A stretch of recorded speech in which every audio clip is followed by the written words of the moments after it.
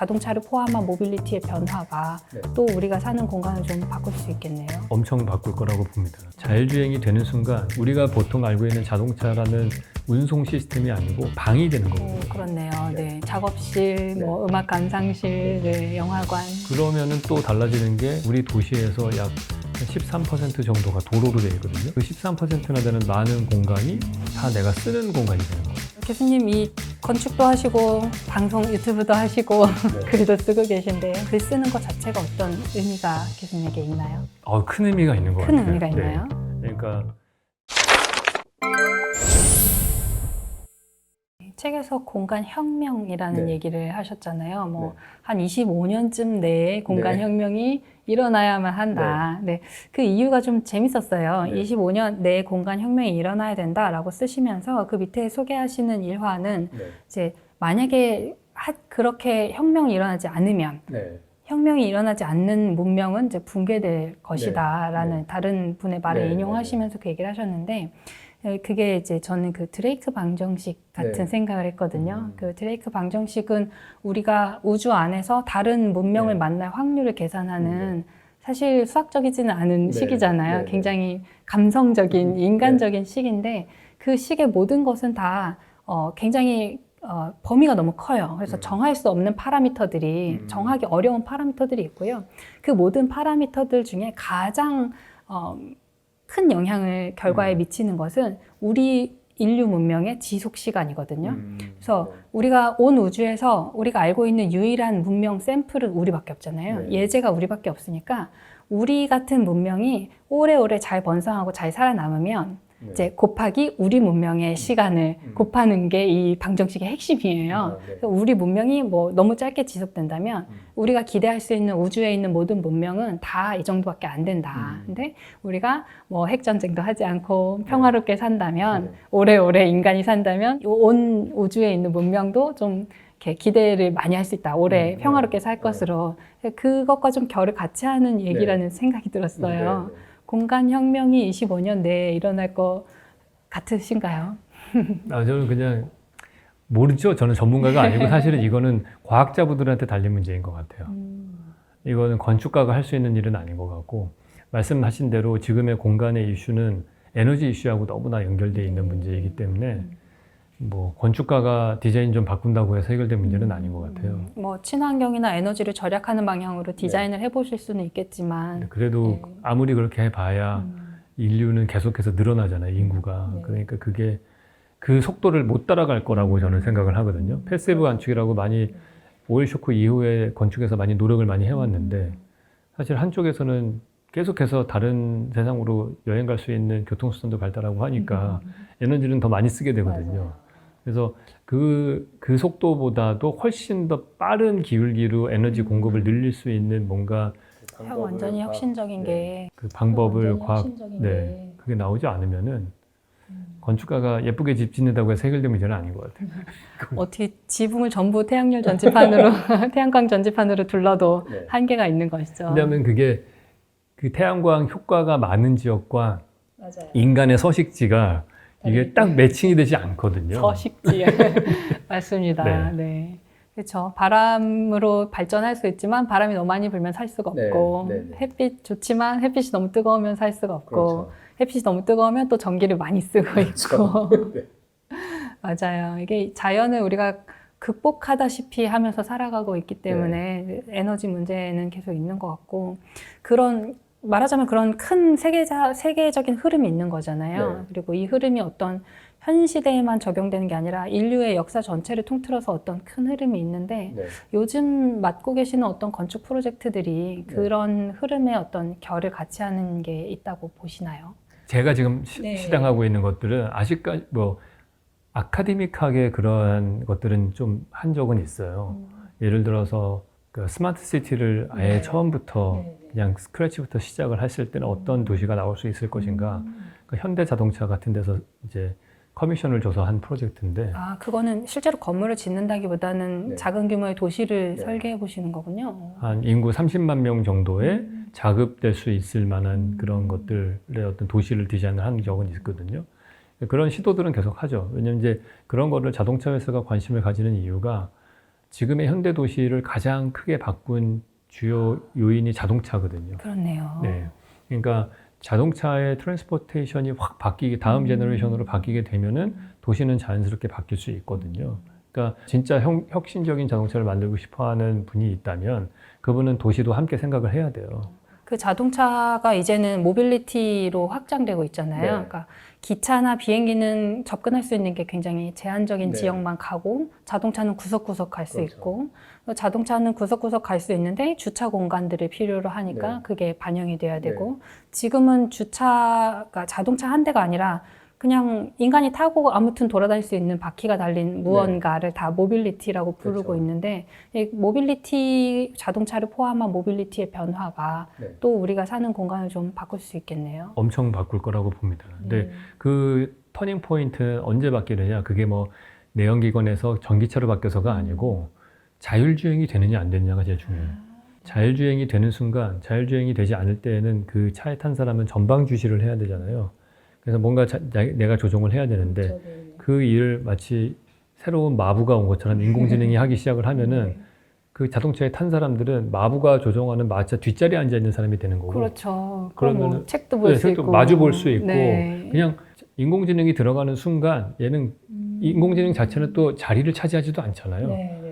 마부처럼 한 자리를 차지하는 애가 아니란 말이에요. 그러니까 운전석에 앉아 있는데 운전을 네. 하지 않는 거죠. 그렇죠. 그러니까 앞을 보는 그 의자 뒤돌리고 뒤돌아서 딴 일 해도 되는 거고 그러면은 자동차가 우리가 보통 알고 있는 자동차라는 운송 시스템이 아니고 방이 되는 거거든요. 그냥. 오, 그렇네요. 네. 네. 작업실, 네. 뭐 음악 감상실, 그렇죠. 네, 영화관. 그러면은 또 달라지는 게 자동차가 방이 되는 순간 우리 도시에서 약 한 13% 정도가 도로로 되어 있거든요. 표면에.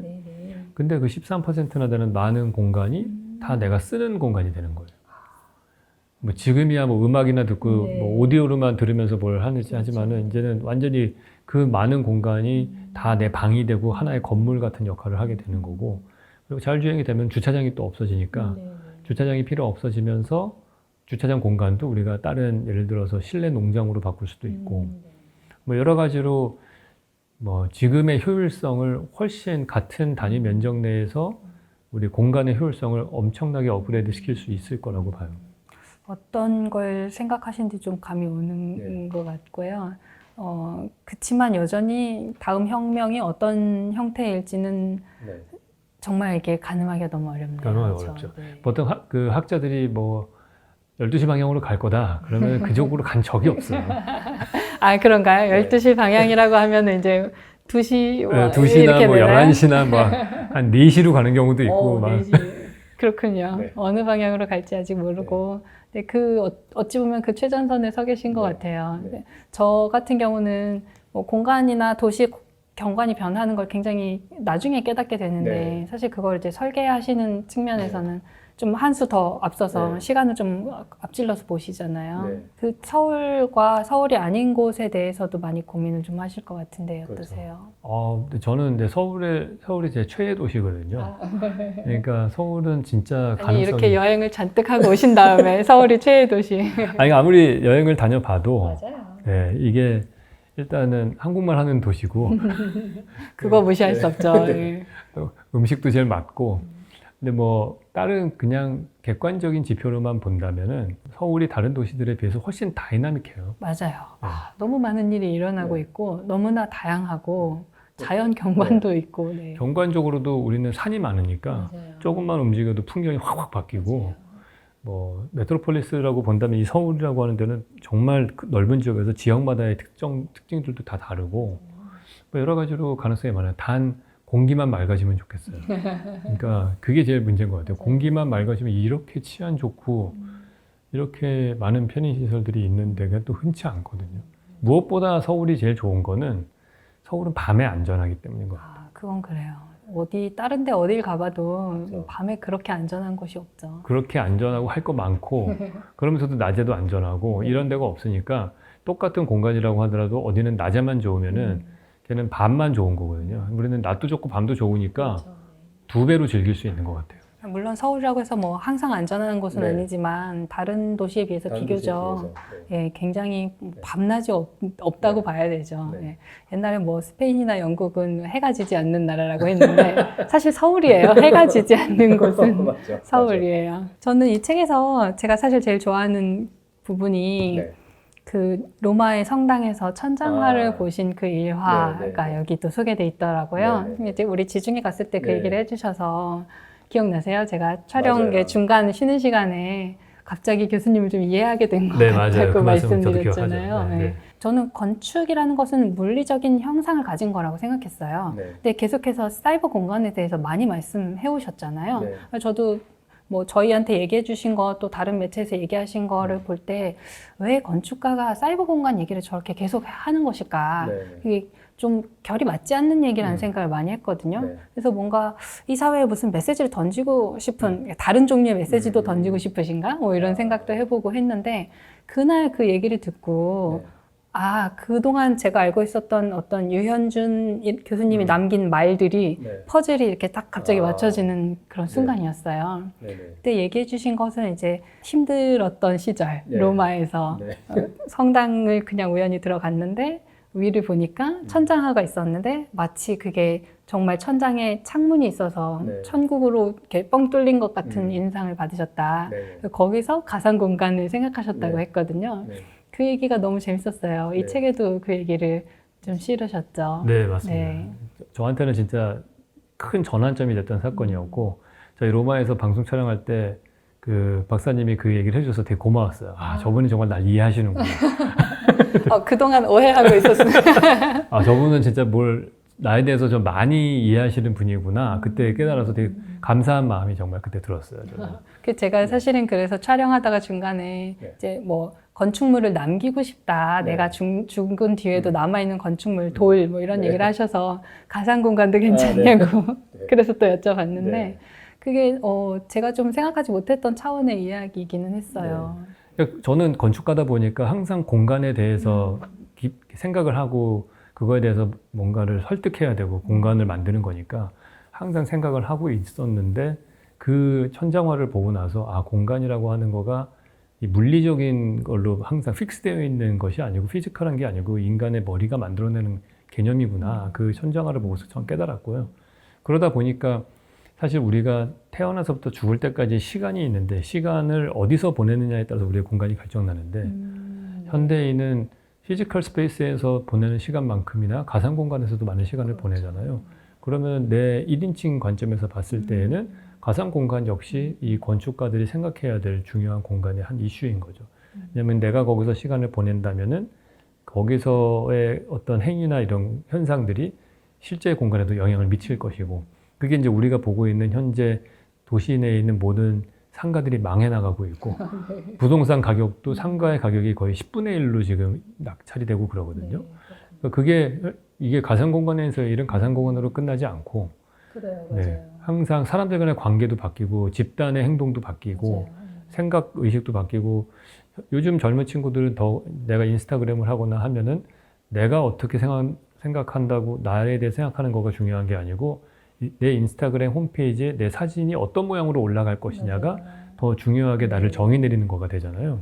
근데 그런 것들이 사람들의 자기의 인생에 대한 관념도 바꾸는 것 같거든요. 굉장히 많이 영향을 미치는 네. 것 같아요. 네. 네, 그래서 그게 누적이 되면은 결국에는 그 사회가 어떠한 캐릭터의 사회가 되는지도 결정할 것이고 근데 그런 거를 전혀 고려하지 않은 상태에서 우리는 건물 멋있게 지어야지 네. 이렇게만 진행을 하다가는 현실과의 괴리가 점점 심해질 거라고 저는 봐요. 네. 그러게요. 아무리 건물을 멋있게 지어놔도 네. 그 안에 있는 젊은이들이 앉아서 핸드폰을 네. 계속 보고 있다면 네. 내가 이 공간을 왜 네. 설계했는가. 네. 심지어는 핸드폰 하기 좋은 공간을 설계하잖아요. 네. 뭐 카페는 다 그 전원을 할 수 네. 있게 네. 만든 지 네. 오래고 무선 네. 충전되는 테이블도 굉장히 많이 그렇죠. 놓고 네. 이미 벌써 많은 게 좀 바뀌어 있고 네. 또 어른들도 그거에 이제 좀 시대가 변하는 거를 공간의 변화를 인식하시는 것 같기는 해요. 네. 그래서 그래 해야지. 뭐 같이 밥 먹었는데 이제 메뉴가 나오면 젊은 친구들은 사진 찍잖아요. 그럼 먼저 사진 찍어야 되지 않니? 이렇게 먼저 물어보시기도 하고 벌써 우리가 다음 세대를 이해하는 네. 방식이 네. 그런 방식으로 좀 바뀌고 있는 네. 것 같아요. 네. 그게 너무 재밌죠. 이게 인간이 만드는 그 도시가 이렇게 계속 진화하고 있는데 뭐 천장화에 그 천장 뻥 뚫린 것처럼 그런 가상 공간으로 가는 것 같기도 하고 이 진화가 AI가 많이 도입돼 있고 에너지 자원이 많이 활용되고 있고 그런 스마트 시티 어떤 모습일까요? 지금의 서울도 스마트 시티라고 하셨는데 아니 뭐 제가 볼 때는 그렇게 스마트하지 않아요. 아, 스마트 시티라는 게 스마트하지 않은 건가요? 그러니까 지금의 우리가 개념적으로 생각하는 스마트 시티하고 지금 우리가 갖고 있는 아직 저는 스마트 시티가 시작도 안 됐다고 봐요. 거의. 그래서 아마 자율주행이 입법돼가지고 그거를 쓰기 시작하면 그때부터가 진짜 스마트 시티일 거라고 저는 생각을 하는데 아직까지 거기까지는 못 간 것 같고요. 근데 그거를 어느 사회가 먼저 도입을 하느냐. 그게 뭐 예를 들어서 중국같이 강력한 중앙집권적인 사회에서 야, 이 도시 앞으로 그냥 우리 다 자율주행이야. 인간은 운전 못해. 그렇게 하면 확 발전할 것 같긴 해요. 일반적인 자유민주주의, 이 자본주의 사회에서는 또 그거가 여러 가지 견제들이 있으니까 거기 안 되고 야, 저기 하니까 우리도 해야 돼. 이렇게 될 수만. 이제 그게 제가 바라보는 앞으로 향후 한 2, 3년 내에 되게 재밌어요. 그 중국에 되게 자율주행 잘하는 회사가 있거든요. 포니 AI라고. 이름이 또 포니인가요? 네, 포니예요. 근데 그 회사가 뉴욕 증시에 상장을 했어요. 근데 이 가격을 보시면은 그 변동성이 진짜 뭐 관세 전쟁 나면 완전 바닥으로 갔다가 관세 타협될 것 같으면 확 올라갔다가 막 이러거든요. 몇백 %가 왔다 갔다 해요. 그러니까 그것들을 보면은 둘이 이 스마트 시티 시스템을 누가 먼저 할 것이냐. 그게 거기에 결정적으로 정치적인 거가 되게 큰 영향을 미칠 거라고 보거든요.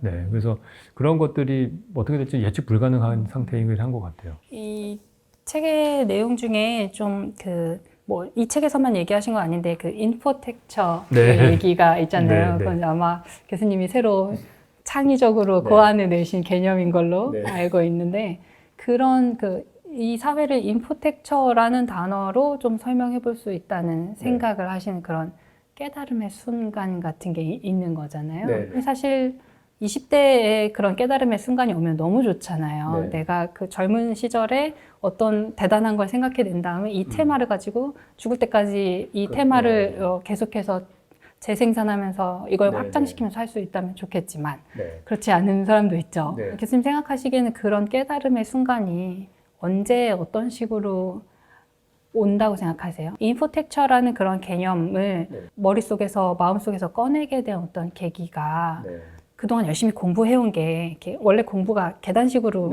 올라가잖아요. 그래서 많이 공부를 했는데 별거 없는 것 같다가 어느 날 갑자기 빵 하고 생각이 나는 건지 아니면 그냥 그럴 만한 시기였기 때문에 내가 그런 걸 생각해낼 수 있는 시기였기 때문에 그런 생각이 났다고 생각하시는지 그런 게 좀 궁금했어요. 일단은 이렇게 얘기하면 너무 잘난 척하는 것 같지만 네, 잘난 척 오늘 좀 허용해 드리겠습니다. 그냥 그거에 대해서 계속 생각을 했기 때문인 것 같아요. 고민을 했던 것 같아요. 제가 의문을 가졌던 거라고 말하는 게 맞겠네요.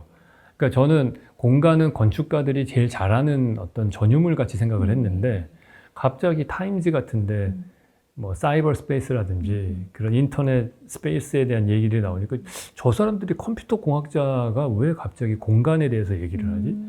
가상 공간이라고 하는 거는 그걸 내가 볼 때는 텍스트밖에 없는데 왜 공간이라고 부르지? 저랑 비슷한 건축가인데 왜 사이버 공간 얘기하지? 그렇죠. 근데 그러한 의문점이 처음에 들었어요. 그게 뭐 부정적으로 우리 밥그릇을 제가 뺏어 이런 뜻이 아니고 저 사람들은 도대체 무슨 생각을 하기 때문에 공간에 대한 개념이 어떻게 다르길래 나하고 쓰는 단어의 의미가 다를까? 그렇게 생각을 했던 거예요. 그래서 저걸 왜 가상공간이라고 부르지를 계속 그쯤에 생각을 계속 하고 있었어요. 몇 년 동안.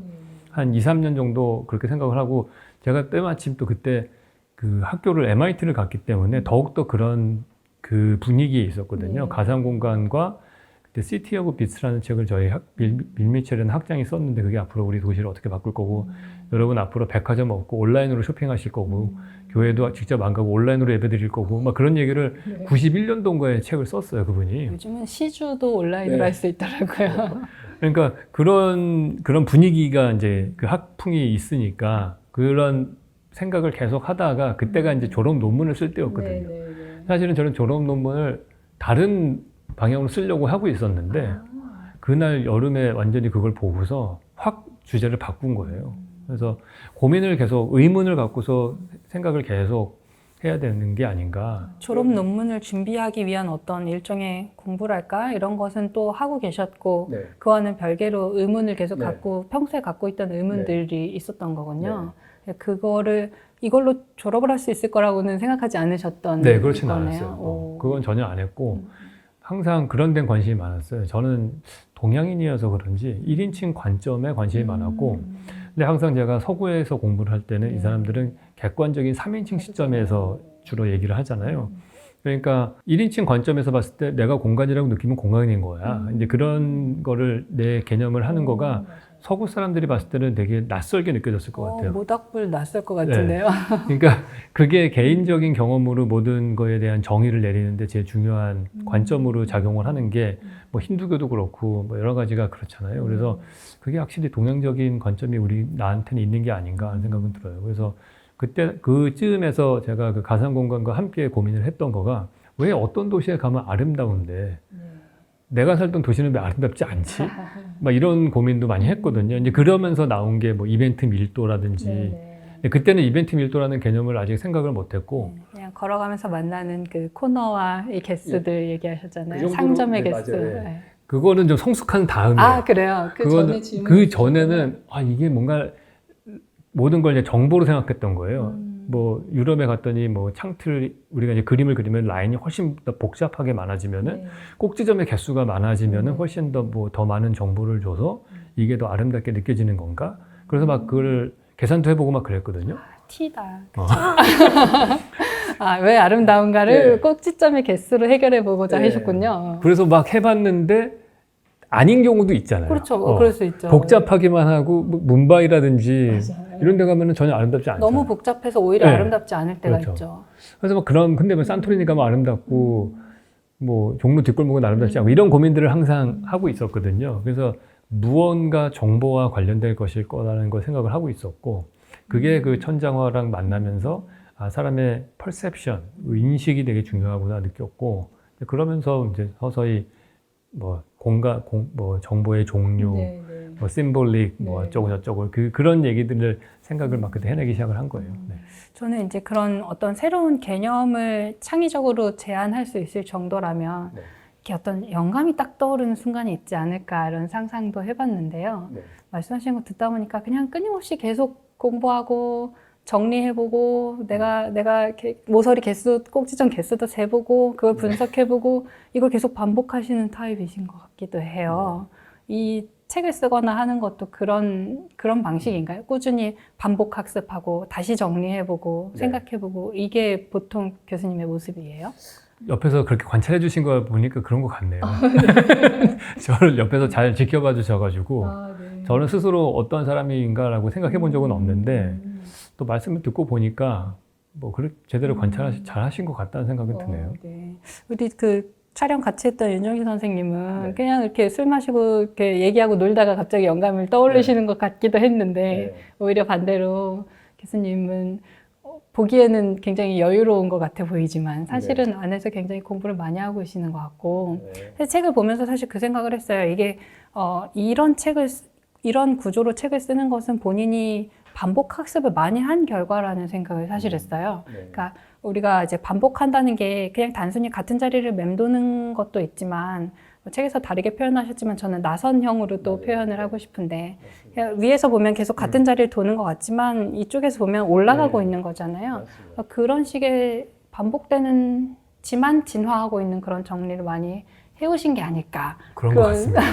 그런 것 그러신 걸로 오늘 걸로. 이렇게 정리를 하고 책을 보니까 좀 그런 생각을 많이 하게 됐고 저로서는 이제 교수님을 뭐 알았다고 생각하니까 또 아마 근데 유튜브를 보시는 분들도 저랑 비슷하실 것 같아요. 교수님 말씀하시는 영상이나 목소리를 많이 듣고 또 반복된 개념들을 이렇게 주입당하다 보면 내가 이 사람을 알고 있는 것 같은 착각이 들 때가 있잖아요. 연예인들도 한 번도 만나지 못했지만 굉장히 친밀감을 느끼고 그런 분들한테는 아마 이 책을 보면서 좀 저랑 비슷한 생각을 하게 되는 계기가 있지 않을까 그런 생각을 했습니다. 그러면 좋겠네요. 교수님 이 건축도 하시고 방송 유튜브도 하시고 네. 글도 쓰고 계신데 글을 쓰는 게 어떤 특별한 의미가 있으세요? 아니면 그냥 사실 이전에 이제 어떤 책은 컬럼을 묶어가지고 책이 네. 나오는 게 있고 하지만 이런 책 같은 경우에는 처음부터 기획을 해서 쓰시는 네. 거잖아요. 네. 사실 현업만 해도 좀 바쁘실 것 같은데 글 쓰는 것 자체가 어떤 의미가 교수님에게 있나요? 큰 의미가 있는 것 큰 같아요. 의미가 네. 있나요? 그러니까 나라는 사람이 어떠한 생각을 하는 사람이 내가 누군지를 이렇게 디파인 해가는 과정인 것 같아요. 그 중에서 당연히 제일 많은 포션을 차지하는 거가 많은 비중을 차지하는 게 건축 설계 파트이긴 할 텐데 건축 설계는 사실은 제가 의도했던 거를 100% 실현시키기 어렵거든요. 일단 의뢰한 사람의 그렇죠. 의견이 많이 반영돼야 네. 되겠죠. 그리고 일단 의뢰자가 와야 돼요. 선택을 받아야 네, 되는 제가 선택을 입장. 받아야지만이 뭔가를 지을 수 있는 거고 지을 때에도 그분이 여러 가지 갖고 있는 개인적인 뭐 예산상의 제약도 있을 거고 그렇죠. 법규상의 제약도 네. 있고 뭐 심의위원들이 반대하는 것도 있고 여러 가지 것들을 많은 분들을 설득해 나가야지만이 겨우 내가 원래 꿈꿨던 거에 뭐 한 반이나 이룰까? 근데 이 활자는 그런 제약이 전혀 없는 것 같아요.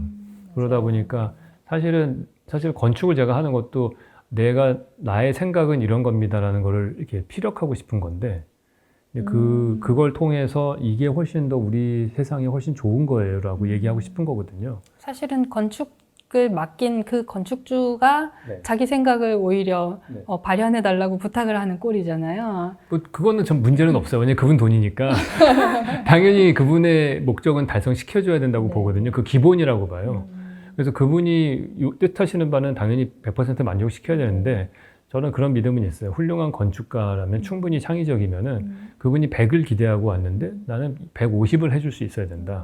똑같은 예산 안에서 그 엑스트라 50 정도를 창의적인 생각으로 만들 수 있을 거라고 믿기 때문에 건축을 제가 하는 거예요. 근데 이제 그거를 내가 볼 때 150 할 수 있는데 100도 제약이 있는 제약이 거죠. 많으니까 네. 이제 그것들을 뭔가 좀 더 다른 방식으로 표현하고 싶은 거죠. 그게 저한테는 책인 것 같아요. 그래서 나라는 사람은 이렇게 세상을 보는 사람이야라는 거를 정리를 좀 해놓고 싶은 욕구가 있는 것 같아요. 기본적으로 저는 약간 왜 그런지 모르겠는데 기질상으로 나를 표현하고 싶어하는 사람인 것 같아요. 약간 관종이 있는 것 같고 그리고 누가 내가 하는 거를 봐줬으면 좋겠고 근데 아시겠지만 저희 중고등학교 다닐 때는 그럴 수 있는 과목이 없잖아요. 그런 환경이 없죠. 그런 게 없고. 토론 안 되고. 네. 그렇죠. 내 의견을 얘기하는 게 없죠. 그래서 그렇죠. 유일하게 자기를 표현하는 게 미술 시간이라고 보거든요. 그렇네요. 네. 네. 그래서 미술 시간이 제일 좋았어요, 저는. 미술도 사실 저는 고등학교 때 아직도 기억나는 게 고등학교 1학년 때 저희 미술 선생님이 추상화 전공하시는 작가셨어요. 네. 저에게 가장 좋은 미술 점수를 주신 분이시고 왜냐면 똑같이 그리기, 네. 명암이나 그림자 이런 걸 똑같이 묘사하는 건 제가 잘 못했거든요. 근데 이제 미술 시간에 항상 이렇게 뭔가 알 수 없는 것들을 그리고 있는데 저로서도 그때가 유일한 뭘 표현할 수 있는 시간이었던 것 같아요. 그래서 그런 면에서 그냥 건축은 그 중에 하나의 수단인 거죠. 그러니까 하나의 표현 방식인 거고 근데 책은 그런 면에서 건물 하나 짓는 거랑 똑같이. 근데 아무런 심의위원도 딴지 안 걸고. 네. 돈도 별로 안 돈도 들고. 뭐 예산에 문제도 없고. 그래서 되게 저한테는 많은 부분에 있어서 많은 걸 해소시켜주는. 특히나 또 저는 전업 작가가 아니니까 막 이거에 대한 스트레스가 별로 없는 것 같아요. 그렇죠. 책이 그냥 플러스 알파잖아요. 덤이고 좋은 덤이기 때문에. 그렇죠. 사실 이게 이제 책만 전업으로 작가를 하고 있다면 책이 뭐 잘 팔릴 것인지 요즘 트렌드는 어떤지 이런 걸 굉장히 많이 고민해야 될 텐데 그런 면에서 좀 더 자유롭게 상상하고 생각할 수 있는 어떤 도화지일 수 있겠네요. 네. 책이 나온 지 얼마 안 돼서 여쭤보기 좀 그렇지만 지금 말씀해 주시는 거 들어보니까 다음 책이 있을 것 같은 생각이 드는데요. 다음 책은 무엇입니까? 다음 책은 원래 가제는 공간 처방이라는 이름으로 공간 처방. 네. 그게 뭐냐면은 제가 바라보는 전작들에서 보면 도시는 무엇으로 사는가나 어디서 살 것인가 이런 것들은 우리 사회, 공간의 미래도 그렇고 현대 사회를 읽어나가고 이런 문제가 있고 이런 문제는 이런 공간을 만들면 좀 이 문제는 해결할 수 있을 것 같아요라는 제안을 글로 이렇게 썼었는데 그거가 건축물로 나온 것들이 있을 거 아니에요. 제가 지난 한 10년 넘게 저희 사무실이 벌써 한 20몇 년이 됐는데 그렇군요. 네, 그 과정을 통해서 만들어진 작품이 어떤 생각을 갖고서 이런 설계를 한 겁니다라고 일종의 작품집인데 네. 작품집인데 사진만 있는 게 아니고 글이 좀 많은 작품집이라고 보면 될 것 같아요. 그런 책이 나올 것 같아요. 뭔가 그동안의 작업들을 마무리하는 어떤 포트폴리오 네. 같은 책이 네. 글이 많이 있는 네. 도록 네. 정도가 될 것 같네요. 언제 나옵니까? 한 2년 뒤에 나오지 않을까요? 네. 그때까지 잘 네. 기다려 보겠고요. 네, 네. 또 그 사이에 뭐 미술관 뭐 네. 좋은 건물들도 또 많이 짓고 계시고 네, 네. 지으셨고 그렇죠. 네. 네. 재밌는 공간을 많이 방문해 볼 수 있을 것 같아요. 감사합니다. 네. 네. 책 얘기를 하다 보니까 시간이 너무 빨리 네. 지나가서 이 책의 한 문장을 네. 꼽을 시간이 됐습니다. 제가 꼽은 것은 324페이지입니다. 네. 좀 읽어볼게요. 네. 1995년 우연히 로마에서 성당의 천장화를 보고 그 이유를 깨달았다. 한여름의 더위를 피해 성당에 들어가서 천장을 아무 생각 없이 올려다봤는데 천국까지 하늘이 뚫린 줄 알았다. 이 경험을 계기로 공간은 절대적인 물리량이 아니라 인간의 뇌에서 만들어낸 의식, 인식의 산물인 것을 깨달았다. 이건 정말 제가 유현준을 이해하는 어떤 키워드였던 장면이어서 네. 이 책에서 제일 좋아하는 부분이 감사합니다. 됐습니다. 정말 되게 뭔가 그런 것 같아요. 가까운 분을 만나면 저분은 나를 이해하고 있구나. 그러니까 이해받는다라는 느낌을 받으면 사람이 되게 뭐랄까요. 마음이 편안해지고 열리고 가까워진 느낌이 들잖아요. 저도 신 박사님이랑 그렇게 방송 많이 하고 여행도 많이 다니긴 했지만은 다른 유튜브도 찍고 막 그랬는데 저는 이거를 이게 포인트 아웃 하셨다는 거가 이분은 진짜 사람에 대한 이해가 깊구나. 그런 걸 느꼈어요. 아마 오해도 했기 때문에 더 그런가요? 인상적으로 네. 본 것 같기도 해요. 감사합니다. 네. 교수님은 어디 꼽으셨는지 궁금한데요. 저는 6페이지에 있는 인간은 공간을 이용하면서 진화해 왔다. 이 부분입니다. 읽어주시겠어요? 답니다. 인간은 공간을 이용하면서 진화해 왔다. 알겠습니다. 예, 이 문장 그 뒤에 이어지는 문장이 이제 이 책의 표지에 있는 공간, 네. 인간을 설명하는 구절이잖아요. 그렇죠. 한 문장을 꼽아달라고 했더니 티답게 한 문장을 골라주셨습니다. 그 뒤에 좀 읽을까요? 한자로 인간은 사람 인자의 사이간을 사용한다. 공간은 빌공의 사이간을 사용한다. 두 단어 모두 간을 가지고 있다. 두 개의 다른 단어가 절반이나 같은 글자를 가지고 있다는 점은 흥미롭다. 감사합니다. 오늘 좀 재밌는 얘기 많이 나누게 된 것 네. 같고 북토크를 너무 이제 다른 데서도 하셔서 네. 했던 얘기 또 하면 너무 재미없으실 것 같아가지고 네. 예, 조금 다르게 구성을 해봤는데 너무 좋았습니다. 어떠셨나요? 진짜 최고의 북토크입니다. 아이고, 네. 이제 다른 데보다도 훨씬 더 그 깊이 이해를 하시고 질문을 하시고 그래서 커뮤니케이션 할 때 정말 좋았어요. 네. 네. 감사합니다. 저도 너무 즐거웠고 네. 또 궁금했던 거를 막 잔뜩 물어볼 수 있어서 네. 이제 신나는 시간이었습니다. 감사합니다. 네, 함께 해주셔서 고맙습니다. 네, 감사합니다. 네. 오늘 여기서 이제 이렇게 끝마치겠고요. 끝까지 함께 해주신 분들께도 감사 인사드립니다. 우리 과학감성은 다음 시간에 또 뵙겠습니다. 고맙습니다.